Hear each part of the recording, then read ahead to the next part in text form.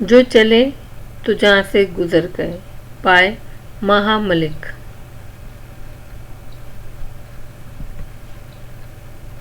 میں آ جاؤں؟ اس نے بےتابی سے پوچھا۔ نہیں، وہ بے طرح گھبرا گئی۔ میں خود آؤں گی۔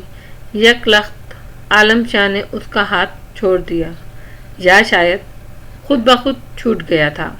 کب آؤ گی اجالا؟ ادھر وہ بہت بےتاب تھا۔ مجھے وقت چاہیے، وقت بتاؤ۔ کل، میں کل آؤں گی، وہ آہستگی سے بولی۔ میں انتظار کروں گا، دل و جان کی تمام تر شدتوں سے۔ خدا حافظ۔ اس نے آہستہ سے رسیور رکھ دیا۔ عالم شاہ کے بے جان ہاتھوں سے اونی سلائیاں اور اون کا گولا نکالا اور ایک عجیب اضطراب کے عالم میں پھندے گننے لگی۔ نہ جانے سویٹر واقعی غلط بن گیا تھا یا اس ذہنی الجھن کے عالم میں اسے لگا۔ اس نے سلائیاں نکالی اور سویٹر ادھیڑنے لگی۔ روشنی؟ جی، وہ چونکی۔ انسانی زندگی اور اس اون کے گولے میں کتنا فرق ہوتا ہے نا؟ کیا مطلب؟ وہ حد درجہ متعجب ہوئی۔ دیکھو نا، اسے بن کر ایک شکل دو، پھر ادھیڑ دو، نئے سرے سے بن لو، کسی نئے نمونے کے ساتھ۔ وہ پسند نہ آئے تو پھر ادھیڑ لو۔ لیکن انسان کی زندگی کا تانا بانا ایک بار جس طرح بن گیا سو بن گیا، پھر بار بار بدلا نہیں جا سکتا، ہے نا؟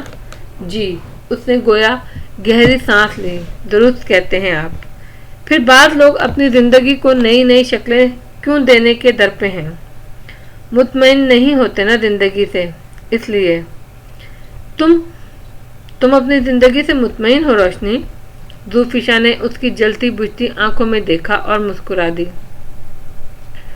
پھر وہ اٹھی اور جا کر پردے برابر کرنے لگی۔ آتشی گلابی بارڈر کی گہری زرد ساڑی باندھ کر اس نے بالوں کا جوڑا بنا لیا اور لبوں پر گہری سی لپسٹک جمانے لگی۔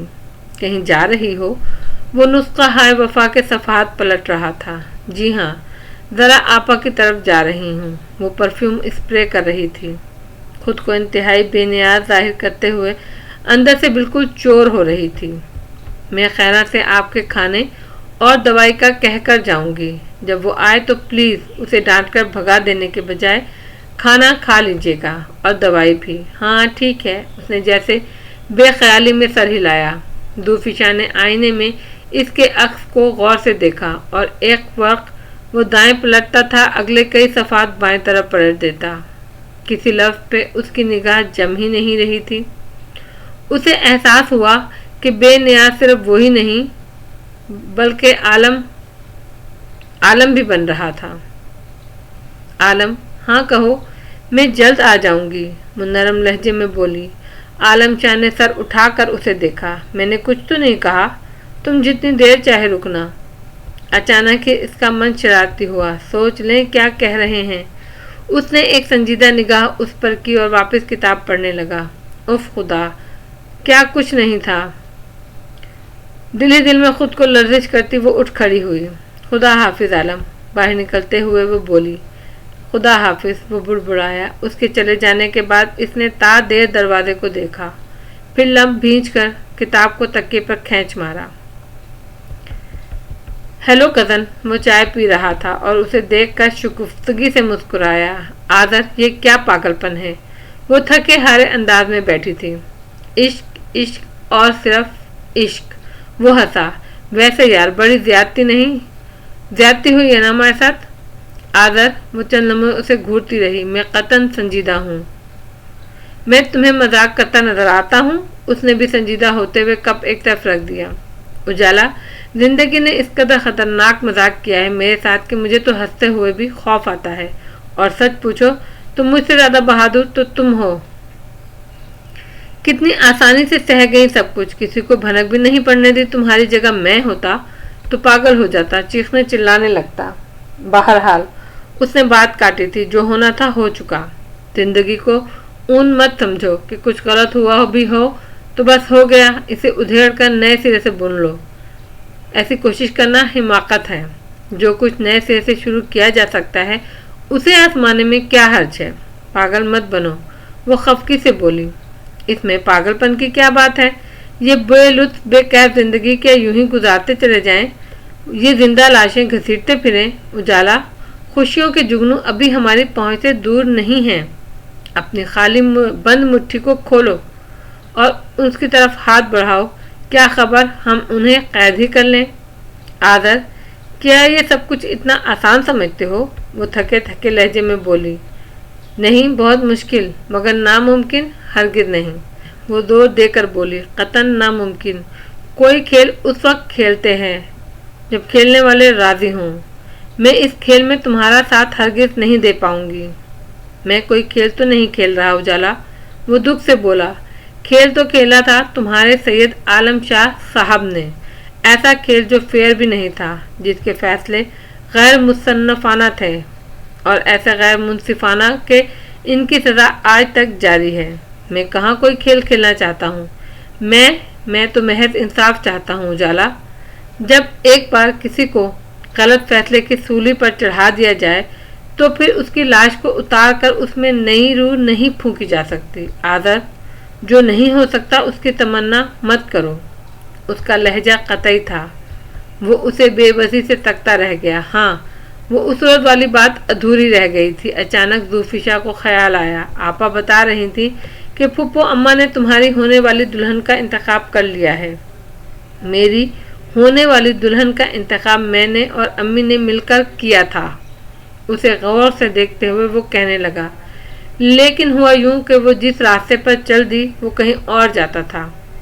اسے مجھ سے، میری تمناؤں سے بہت دور لے گیا، لیکن کسی کے دور جانے سے یہ بیچاری تمنائیں مر تو نہیں جاتی نا۔ میں آج بھی اسی کا منتظر ہوں، شاید اسے صحیح راستہ سجھائی دے جائے۔ پھر وہ اٹھا اور کمرے سے باہر نکل گیا۔ آذر، اس نے دونوں ہاتھوں سے سر تھام لیا، خدا تمہیں صحیح راستہ سمجھائے۔ وہ واپس لوٹی تو شام کے سائے گہرے ہو رہے تھے۔ سیڑھیاں چڑھتے ہوئے اس کا دماغ الجھا ہوا تھا۔ خیراں، تمہارے شاہ نے کچھ کھایا یا نہیں؟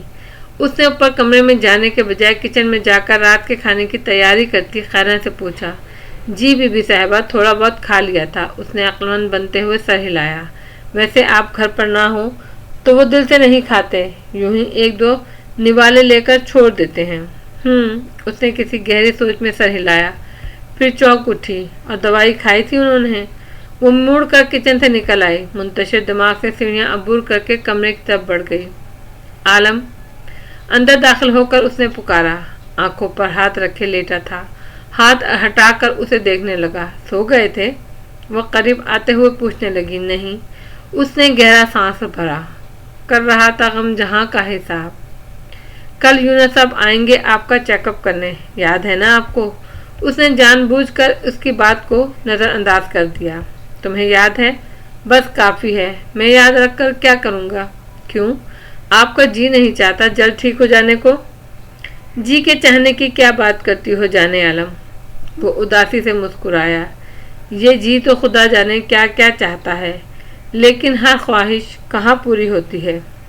ہم تو وہ سیاہ نصیب ہیں کہ خیر جانے دو۔ میں سوچ رہا تھا روشنی، یہ جو بدنصیبی ہوتی ہے ایک گول چکر کی طرح ہوتی ہے، ایک جگہ سے شروع ہو کر پھر رکتی نہیں، ایک دائرے میں گھومتی ہی چلی جاتی ہے۔ پتہ ہے میرے بابا سائیں جو تھے نا، ان کی ٹانگیں ایک ایکسیڈنٹ میں ضائع ہوئی تھیں، پھر بقایا تمام عمر انہوں نے یوں ہی بستر پر گزار دی۔ خدا نہ کرے جو آپ کے ساتھ ایسا ہو۔ وہ ناراض ہوئی۔ کیوں ایسی باتیں کر کے میرا خون خشک کرتے ہیں آپ؟ شاید میں اذیت پسند ہوں، وہ اداس لہجے میں بولا، لیکن یقین کرو روشنی، تمہیں ذرا سی تکلیف پہنچانے کا تصور بھی نہیں کر سکتا۔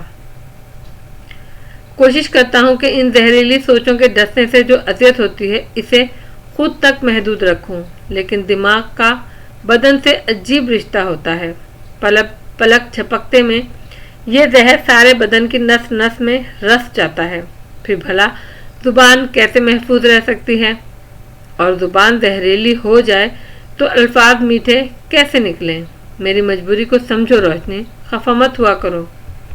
یا خدا، وہ پریشان ہوئی۔ عالم کبھی تو ان بیکار جان جلانے والی سوچوں کے حلقے سے باہر نکل کر کچھ اور بھی سوچا کرے۔ اچھا چلیں، آج مجھے بتائیں وہ کون سے وہم ہیں جو اس قدر پریشان کر ڈالتے ہیں آپ کو؟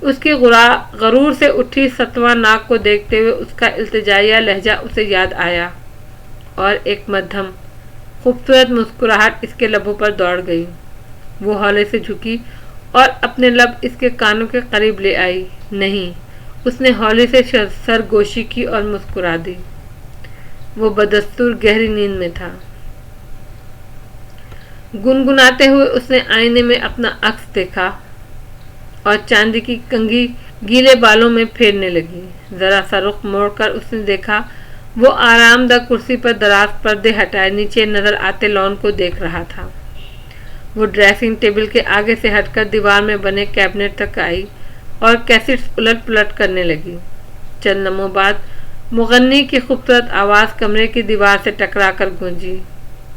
آج یوں موج در موج غم تھم گیا، اس طرح غم زدوں کو قرار آ گیا، جیسے خوشبوئے زلف بہار آ گئی، جیسے پیغام دیدار یار آ گیا۔ عالم شاہ نے ذرا سا رخ موڑ کر اسے کسی سوچ میں گم مسکراتے دیکھا اور چند لمحے دیکھتا رہا۔ وہ دوبارہ آئینے کے سامنے آ گئی اور بال سنوارنے لگی۔ اس کے اپنے لب بھی کمرے میں پھیلتی آواز کے ساتھ ہل رہے تھے، جس کی دید و طلب وہم سمجھتے تھے ہم روبرو پھر سے سرے راہ گزار آ گیا۔ صبح فروا کو پھر دل ترسنے لگا، عمر رفتہ تیرا اعتبار آ گیا۔ وہ جتنی خوش نظر آ رہی تھی اس کا دل اتنا ہی بے چین ہونے لگا۔ ایک سکتے کے عالم میں وہ اس کی ایک ایک ادا سے جھلکتی سرمستی کو دیکھ رہا تھا۔ فیض کیا جانیے یار کس آس پر منتظر ہیں کہ لائے گا کوئی خبر، میں کشوں پر ہوا محتسب مہرباں، دل فگاروں پہ قاتل کو پیار آ گیا۔ وہ آئینے کے سامنے سے ہٹ کر اس کے پاس آ گئی۔ کیا سوچ رہے ہیں؟ اس نے عالم شاہ کی آنکھوں کے آگے ہاتھ لہرایا۔ اس نے چونک کر پاس کھڑی زوفشاں کو دیکھا۔ سیاہ قمیض اور سرخ اور سیاہ چنی کے دوپٹے میں وہ بے حد حسین نظر آ رہی تھی۔ سوچ رہا ہوں آج تم خوش ہو اس لیے اتنی حسین نظر آتی ہو، یا آج اتنی حسین نظر آنے پر خوش ہو، یا اس بے تحاشا خوشی کا منبع کچھ اور ہے۔ اس کا لہجہ نارمل تھا۔ وہ کھلکھلا کر ہنسی۔ شاید تینوں باتیں ہی درست ہیں۔ ویسے عالم ایک بات ہے، تعریف کے الفاظ میں محبت کی خوشبو نہ ہو تو بات بے معنی ہو کر رہ جاتی ہے نا؟ وہ ایک ٹک اسے دیکھ رہا تھا۔ زندگی میں اس سے پہلی ملاقات سے لے کر اب تک یہ پہلا موقع تھا جب اس نے اس طرح کھلکھلا کر ہنستے ہوئے اسے دیکھا تھا۔ تینوں۔ وہ پھر گہری سانس بھر کر بولا، یعنی آخری بات بھی درست ہے؟ جی، وہ شرارت سے بولی اور مڑ کر کیبنٹ کے پاس گئی، ڈیک آف کیا اور کمرے سے نکل گئی۔ وہ بڑی دیر تک فضاؤں میں گھورتا رہا، جس کی دید و طلب وہم سمجھے تھے ہم، روبرو بھی سرے راہ گزار آ گیا۔ صبح فروا کو پھر دل ترسنے لگا، عمر رفتہ تیرا اعتبار آ گیا۔ اس کے کانوں میں مغنی کی آواز اب تک گونج رہی تھی۔ اس کی مٹھیاں خود بخود سختی سے بند ہوئیں، لمب بھیج گئے، آنکھوں میں سرخی اور وحشت اتر آئی۔ روشنی؟ جی۔ اس نے لقمہ بنا کر اس کی جانب بڑھایا۔ بس۔ اس نے اس کا ہاتھ ایک طرف کر دیا۔ میں کہہ رہا ہوں کہ شاید مجھے چیک اپ کے لیے باہر جانا پڑ جائے۔ ڈاکٹر یونس سے میری تفصیلی بات ہوئی ہے۔ یہ تو اچھی بات ہے، وہ کچھ دیر سوچ کر بولی۔ میں آپ کے ساتھ چلوں گی۔ نہیں، وہ بولا، میرا مطلب ہے تمہاری طبیعت آج کل ویسے بھی ٹھیک نہیں رہتی، تمہارا جانا ضروری بھی نہیں، اور ویسے بھی ہفتے بھر کی تو بات ہے۔ اچھا، پھر مکرم علی کو ساتھ لے کر جائیں۔ وہ پلیٹیں ٹرالی میں رکھنے لگی۔ مکرم علی یہیں رہے گا تمہارے پاس۔ مجھے کیا کام ہے مکرم سے؟ اس نے حیرت سے آنکھیں پھیلائیں۔ آپ کو اس کی زیادہ ضرورت ہے، جیسا میں کہوں اسے مان جایا کرو روشنی۔ اس کے لہجے میں ہلکی سی تلخی در آئی۔ دوفیشا نے چونک کر اس کی جانب دیکھا۔ پچھلے کئی دنوں سے وہ اسے کچھ بدلا بدلا سا محسوس کر رہی تھی۔ اس کا رویہ اکھڑا اکھڑا سا تھا، الفاظ تنے تنے سے تھے، لہجہ اکثر تلخ ہو جاتا تھا۔ کتنے دنوں سے آپ نے کوئی کتاب نہیں پڑھی؟ وہ بات بدلنے کی خاطر آہستگی سے بولی۔ اس طرح لیٹے لیٹے تلخ ہو جاتے ہیں آپ، تبھی تو جانے کی حامی بھری ہے میں نے۔ اس نے تکیے سے سر ٹکا لیا۔ ماحول بدلے گا تو طبیعت پر خوشگوار اثر پڑے گا۔ اور مجھے ساتھ کیوں نہیں لے جانا چاہتے؟